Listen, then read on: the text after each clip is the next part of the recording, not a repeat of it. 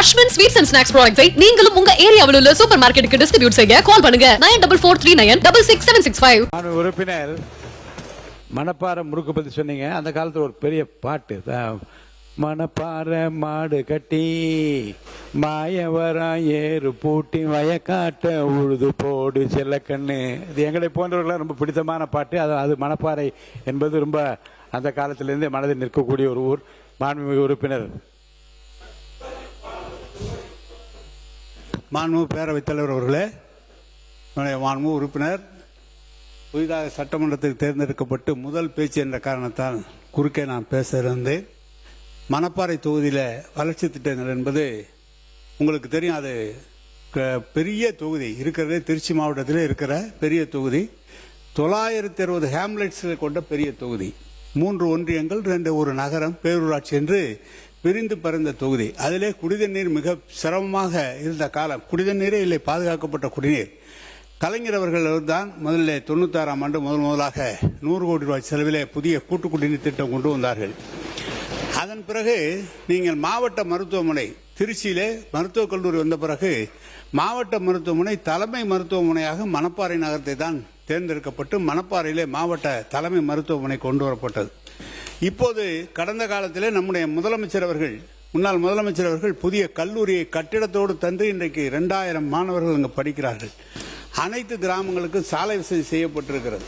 அதை காட்டிலும் இப்போது புதிதாக குடிநீர் பற்றாக்குறை என்பது 100 கோடியிலே போடப்பட்டு அது முடியாத காரணத்தால் நம்முடைய முன்னாள் முதலமைச்சர் அவர்கள் 1800 கோடி ரூபாயிலே புதிய கூட்டு குடிநீர் திட்டம் ஒன்று மணப்பாறை குளித்தலை இணைத்து ஒரு கூட்டு குடிநீர் திட்டம் நிறைவேற அதுக்காக எல்லா திட்ட அறிக்கைகளும் தயாரிக்கப்பட்டு ஜல்ஜீவனிலே அதுக்காக அனுமதி தரவில்லை.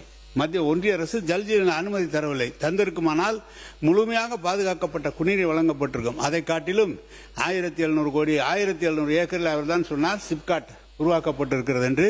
அந்த சிப்காட்டிலே கடந்த கால ஆட்சியிலே 5000 பெண்களுக்கு வேலை தருவதற்காக ஜிங்பின் என்ற ஒரு நிறுவனம், அமெரிக்காவுடைய நிறுவனம், அங்கு வருவதற்கான முழு கையெழுத்தும் ஆற்றப்பட்டு நிறைவேற்றப்பட்டு இருக்கிறது. எனவே எல்லா பணிகளையும் அந்த பகுதிக்கு ஒரு சின்ன அதே போல ஒரு சின்ன ஆலோசனை தான். ஜன்ஜிக்கு இதெல்லாம் கொஞ்சம் தமிழாக்கம் செய்து அதுக்கு என்ன அர்த்தம் என்பதோடு நிலைமை அரசு உருவாக்க வேண்டும் என்ற கோரிக்கை. அதுக்கு பேரே அதான். அது சிப்காட்டும் சிட்கோவும் வந்திருக்கிறது. இன்னும் சொல்ல போனால் வேலை வாய்ப்பை உருவாக்குகிற பணியும் சாலை வசதிகளும் அதே போல பேருந்துகள்லாம் முழுமையாக தரப்பட்டிருக்கு. ஏதோ ஒரு சில இடங்களில் இல்லாமல் கூட இருக்கிறாங்க. 960 ஹேம்லெட்ஸ் இருக்கு. ஒரு தொகுதி என்பது பார்த்தால் 200 கிராமங்கள் இருக்கும், அப்படி எல்லாம் இருக்கும். ஆனால் இந்த மணப்பாறை என்பது பறந்து விரிந்த 960க்கும் மேற்பட்ட இருக்கும். எனவே கழக ஆட்சி, கலைஞர் ஆட்சியிலும் சரி, நம்முடைய முதலமைச்சர் முன்னாள் முதலமைச்சர் தளபதி அவருடைய ஆட்சியிலும் பல்வேறு திட்டங்கள் அந்த பகுதியில் செய்யப்பட்டிருக்கிறது. இன்னும் சொல்ல போனால் நேரடியாக திராவிட முன்னேற்ற கழகம் போட்டியிடாமல் தொடர்ந்து தோழமை கட்சிகளுக்கு அந்த இடம் கொடுத்து அப்படி கூட வெற்றி பெற்ற மக்கள் ஏற்றுக்கொண்ட பகுதி. எனவே தம்பி அவர்கள் புதிதாக வந்திருக்கிறார். அவருடைய உறவினர் தான், ஒன்றிய தலைவராகவும் எங்கள் காலத்தில் இருந்திருக்கிறார். எனவே அதையெல்லாம் சொல்வதற்கல்ல, எல்லா பணிகளும் நடைபெற்று இருக்கிறது என்பதை தெரிவித்துக் கொள்கிறேன். நீங்கள் முதலமைச்சரை கேட்டு இன்னும் நல்லா செய்யுங்க. அதெல்லாம் நான்லாம் ஒண்ணு செல்ல அதுக்காக எங்களுக்கு அல்வா கொடுத்தது அது மட்டும் முக்கியம் இல்ல. அவங்க மாண்புமிகு தொழில்துறை அமைச்சர், மாண்புமிகு பேரவைத் தலைவர் அவர்களே, மாண்புமிகு உறுப்பினர் அவர்கள் சொன்னார் சிப்காட் அங்கே நல்ல முறையாக நடைபெற்று இருக்கிறேன். நாங்கள் சிப்காட் ரிவைவல் மிஷன் அப்படின்னு சொல்லி ஒவ்வொரு மாவட்டத்திலையும் சிப்காட்டை ஆய்வு பண்ணிகிட்ருக்கோம். அதே மாதிரி பெருந்துறையில் 26/5/2026 அன்று மாண்புமிகு சட்டமன்ற உறுப்பினர் அவர்களும் நானும் சேர்ந்து அங்கே ஒரு ஆய்வு நடத்தினோம். அவர் சொன்ன மாதிரியான எந்த விதமான பெரிய மாற்றங்கள் எதுவும் நான் பார்க்கவே இல்லை. ஏன் அப்படின்னா சொல்லிடுறேன் பேசி முடிச்சிடறேன். அதுக்கப்புறம் தொழில் பூங்கா 1097.86 ஏக்கரில் ஆரம்பிச்சிருக்காங்க. பல வருடங்கள் ஆயிருக்கு. அங்கே 4 கம்பெனி மட்டும்தான் இன்னைக்கு வர நடத்திட்டு இருக்காங்க. அதில் 32 தொழிற்சாலைகள் அமைப்பதற்கான மனைகள் இப்போ ஒதுக்கீடு செய்யப்பட்டிருக்கு. அங்கே முதலீட்டாளர்கள் கூட நம்ம ஒரு ஆய்வு நடத்தினோம். அவங்களுடைய கோரிக்கை எல்லாமே தண்ணீர் அங்கே இல்லை, ரோடு வசதி இல்லை, தெருவிளக்குகள் இல்லை, சரியான பஸ் வசதிகள் வந்து அங்க இருக்க மக்கள் வந்து சிப்காட்டுக்கு வர முடியாத நிலைமையில தான் வந்து இன்னமும் இருந்துட்டு இருக்குன்னு பல கோரிக்கைகள் வச்சாங்க. அதுக்கேற்ற மாதிரி ஆய்வு நடத்தின உடனேயே நீர் வழங்குறதுக்காக 1/6/2026 காவிரி நீர் வழங்கல் திட்டத்தின் மூலமா நம்ம வந்து சோதனை ஓட்டம் செஞ்சு அதுல கண்டறியப்பட்ட குறைகள்லாம் திருத்தி 7/6/2026 நிலம் ஒதுக்கீடு செய்யப்பட்ட அனைவருக்கும் நீர் வழங்கியிருக்கும். இதுல 2வது முறையா TNPL மூலமா நீர் வழங்குதல் திட்டமும் செயல்படுத்தப்பட்டிருக்கு. இதுல சாலை வசதி அங்க இருக்க 2 முதலீட்டாளர்கள் வந்து கேட்டிருந்தாங்க. சாலை வசதிக்கான டெண்டர் வந்து 6/7/2026 அன்று ஒதுக்கீடு செய்யப்பட்டு நாளைக்கு அது வந்து ரிலீஸ் செய்யப்படுது. இதன் மூலமா அங்க இருக்க சாலை வசதிகளும் செய்யப்படுது. இது மட்டும் இல்லாம அங்க இருக்க தெருவிளக்குகளும் இதே ஒதுக்கீட்டுல வந்து செய்ய போறோம். பேரவையின் அனுமதியுடன் அலுவல் நேரம் நீட்டிக்கப்படுகிறது. மாண்புமிகு அமைச்சர் பேசலாம். இதை தவிர அங்க இருக்க ஒரு பெப்சிகோ நிறுவனம் பல ஆண்டுகளா TTCP அனுமதி இல்லாம இருந்துட்டு இருந்துச்சு. அவங்களுக்கு உடனடியா நம்ம இன்னைக்கு பண்ணி கொடுத்துருக்கோம்.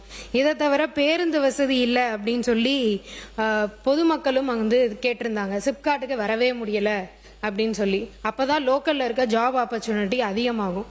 அதுக்கான வசதிகளும் ஏற்படுத்தி தருவதற்காக TNSTCக்கு வந்து கடிதம் எழுதி அதுக்கான சேவைகளும் நம்ம இப்ப வந்து தொடங்கியிருக்கோம். இதை தவிர அங்க இருக்க அங்க வந்து CCTV கேமராவே கிடையாது. அதுக்கான வசதிகளும் வந்து ஏற்படுத்தியிருக்கோம். இதை விட என்ன இதுன்னு பாத்தீங்கன்னா அங்க துணை மின் நிலையமே கிடையாது. எலக்ட்ரிசிட்டி அங்க இருக்க தொழில் முதலீட்டாளர்கள் கேட்கறது எல்லாமே துணை மின் நிலையம். அதாவது எலக்ட்ரிசிட்டி இல்லாம எப்படி ஒரு தொழில் வந்து நம்ம ஆரம்பிக்க முடியும்? அதுக்காக தொழிற்சாலைகள் எதிர்கால மின் தேவையை கருதி 110 கிலோவாட் துணை மின் நிலையம் அமைப்பதற்கு தேவையான நிலம் அடையாளம் வந்து கணக்கெடுக்கப்பட்டு இப்போ அதுக்கான தான பத்திரமும் நம்ம பதிவு செய்யப்பட்டிருக்கு. இத்தனை குறைகளும் இருக்கிற ஒரு சிப்காட் அது. மணப்பாறை இது வந்து இங்க மட்டும் கிடையாது, பல இடத்துல சிப்காட் இதே நிலைமையில தான் இருக்கு. போய் பாத்தீங்கன்னா பொட்டல் காடா தான் இருக்கு. நிலம் மட்டும் வாங்கி ஒதுக்கீடு வச்சிருக்காங்க. ஆனா இங்க தொழில்கள் எதுவுமே இன்னும் வரவே இல்லை. இங்க இருக்க சட்டமன்ற உறுப்பினர், நம்ம தர்மபுரியில இருக்கிற சட்டமன்ற உறுப்பினர் அவர்களே வந்து அதை வந்து ஏத்துப்பாங்க. அப்படிப்பட்ட நிலைமை இருக்கு. அதையெல்லாம் மாற்றி முதல் ஆய்வு பண்ணோம். அதுக்கான டெண்டர்களையும் விட்டு அதுக்கான வசதிகளையும் இப்போ நம்ம மாண்புமிகு முதலமைச்சர் அவர்கள் மூலமா பண்ணிட்டு இருக்கோம். மாண்புமிகு உறுப்பினர் தமீமின் அன்சாரி அவர்கள் இது போதும். இப்போ இது இந்த விளக்கமே இல்லை. நீங்க இல்லைங்க, என்ன செய்திகள் என்று நீங்கள் சொன்னீர்கள், என்ன நடக்கவில்லை என்று அவர் சொல்லிவிட்டது போதும். அடுத்து மாண்பு உறுப்பினர் தமீமின் அன்சாரி உட்காருங்க. மாண்பு உறுப்பினர் உட்காருங்க. மாண்பு உறுப்பினர் தமீமின் அன்சாரி பேசுங்க. போதும் பேசுங்க. குடித நீர் வந்து நம்முடைய இண்டஸ்ட்ரீஸ் மினிஸ்டர் சொன்னாங்க, குடித நீர் நாங்கள் கொண்டு வந்து கொடுத்துட்டோன்னு சொன்னாங்க. கிட்டத்தட்ட ஒரு 90 நாளையில் அவ்வளோ பெரிய திட்டத்தை நிறைவேற்றக்கூடிய நல்ல அமைச்சர் தான். ஏன்னா நாங்கள் ஏற்பாடு செய்யாமல் அந்த குடித நீர் நீங்கள் 90 நாள் அங்கே கொண்டு வந்திருக்க முடியாது. இன்னும் பொன்னண்ணையாரை பற்றி நம்முடைய அமைச்சர் சட்டமன்ற உறுப்பினர் சொன்னார். பொன்னண்ணையார் டேம் உருவாக்குனதே கலைஞர். அதுவும் காவிரியிலிருந்து கொண்டு வந்து தண்ணி கொடுக்கணும்னு சொல்றீங்க. காவிரியிலிருந்து தண்ணீர் கொடுத்தோம்னா அதனுடைய வரைபடம், பூலோக வரைபடம் பார்த்தீங்கன்னா அந்த மணப்பாறை பகுதியில் ஒரு பகுதி மட்டும் தான் தண்ணி பாயும். எல்லா இடத்துக்கும் தண்ணி போறதுக்கு வழி இல்லை. இதெல்லாம் கடந்த கால உண்மை. நீங்க வந்து 90 நாளைக்குள்ள எல்லா வசதியும் செஞ்சு கொடுத்தா ரொம்ப சந்தோஷம் தான், மகிழ்ச்சி. மாண்பு அமைச்சர் பேசுறீங்களா? மாண்பு அமைச்சர். மாண்பு பேரவைத் தலைவர் அவர்களே, இதற்காக தான் நான் மறுபடியும் சொன்னேன். TNPL இருந்து 2வது முறையாக அந்த 2வது கட்ட நிலையாக நீர்நிலை அது மூலமாவும் தரப்போறோம் அப்படின்னு நான் சொல்லியிருந்தேன். நன்றி. அஸ்வின் ஸ்வீட்ஸ் அண்ட் ஸ்நாக்ஸ் ப்ராடக்ட்ஸை நீங்களும் உங்க ஏரியாவில் உள்ள சூப்பர் மார்க்கெட்டுக்கு டிஸ்ட்ரிபியூட் செய்ய கால் பண்ணுங்க 9443966765.